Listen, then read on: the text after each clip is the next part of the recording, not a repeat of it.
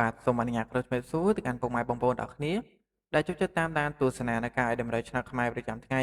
សូមស្វាគមន៍ពុកម៉ែបងប្អូនស្ដាប់ជាថ្មីមកកាន់ Channel ក៏ដូចជា Page ឆ្នោតដង្ហែ2ទៀតហើយ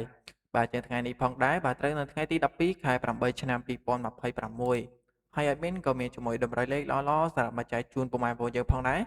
បាទជុំមុននឹងឈានទៅដល់ការចែកជូននៅតម្រូវថ្ងៃថ្មីយើងមកមើលជាមួយតម្រូវការពីម្សិលមិញបន្តិចសិនពុកម៉ែបងប្អូនយើង បាទចឹងសម្រាប់ការពីម្សិលមិញខ្ទង់អូសយើងមានកៅគុតនិងខ្សែគុតបាទចំពោះលេខតូចយើងមាន96 79 42និង12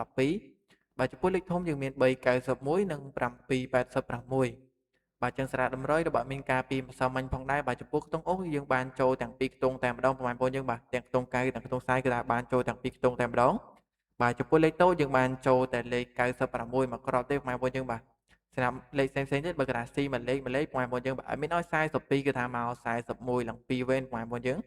បាទចំពោះលេខធំគឺយើងអត់បានចូលទេបងប្អូនយើងបាទមានក៏សុំការអធិស្ឋានផងបាទអញ្ចឹងកុំឲ្យបងប្អូនយើងរងចាំយូរបាទយើងទៅមើលជាមួយតម្រូវថ្ងៃថ្មីទាំងអស់គ្នាបាទអញ្ចឹងអត់មានសុំលុបលេខថ្ងៃចាស់ចោលសិនបងប្អូនយើងបាទដើម្បីដាក់ចែកជូននៅតម្រូវថ្ងៃថ្មីតែម្ដង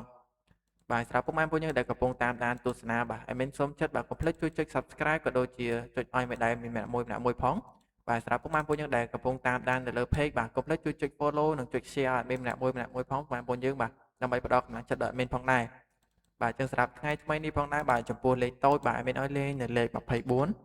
បាទសម្រាប់គ្រាប់ទី2 admin ឲ្យលេងនៅលេខ79បាទសម្រាប់គ្រាប់ទី3បាទបងប្អូនយើងបាទគឺ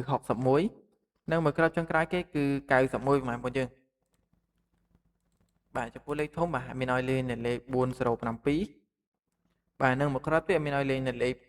289 បាទអញ្ចឹងសម្រាប់ពុកម៉ែបងប្អូនយើងដែលបានយកតម្រុយរបស់មីនយកផ្សងសំណាងបាទដែលមានបច្ចៈហាបច្ចៈទៀតកុំភ្លេចគុណត្រឡប់ទៅមើលកន្លងម្លេចចុះម្លេចផងពុកម៉ែបងប្អូនយើងទាំងគ្នាស្រាប់លេខតូចពុកម៉ែបងប្អូនយើងបាទឡើងម្លេចចុះម្លេចរងវាចោលទៅព្រោះភាគច្រើនបាទតម្រុយរបស់មីនគឺថាស៊ីមួយលេខឬមួយក៏ពីរលេខទេពុកម៉ែបងប្អូនយើងបាទចំពោះលេខធំយើងគួរតែលេងគុណពុកម៉ែបងប្អូនយើងបាទបើថាយើងលេងត្រង់ល្អតែម្ដងគឺមិនងាយបានចូលទេបាទស្រាប់ខ្ទង់អូសនៅថ្ងៃថ្មីនេះផងដែរបាទមានឲ្យលេងអូសនៅខ្ទង់9បាទនិងមួយគ្រាប់ទៀតមានឲ្យអូសលេងនៅខ្ទង់20បាទអញ្ចឹងឯមីនក៏សង្ឃឹមថាពុកម៉ែបងប្អូនយើងទាំងគ្នាឆ្លាញ់នឹងពេញចិត្តតម្រុយរបស់មីនផងដែរបាទនៅបានយកដល់ផ្សំសំណាងគ្រប់គ្នាតែម្ដងពុកម៉ែបងប្អូនយើងបាទឆ្លាញ់នឹងពេញចិត្តនៅតម្រុយមួយណាបាទអាចយកតម្រុយមួយនឹងយកផ្សំសំណាងបានបាទអញ្ចឹងការអធិប្បាយនៃការឲ្យតម្រុយរបស់មីនថ្ងៃនេះក៏បានឈានមកដល់ទីបញ្ចប់ហើយមីនក៏សូមអរគុណទៅដល់ពុកម៉ែបងប្អូនយើងទាំងគ្នាដែលបានចំណាយពេលវេលាដ៏មានតម្លៃមកទស្សនានៃការឲ្យតម្រុយរបស់មីនបាទមីនក៏សូមជូនពរឲ្យថ្ងៃសំណាងល្អគ្រប់គ្នាតែម្ដង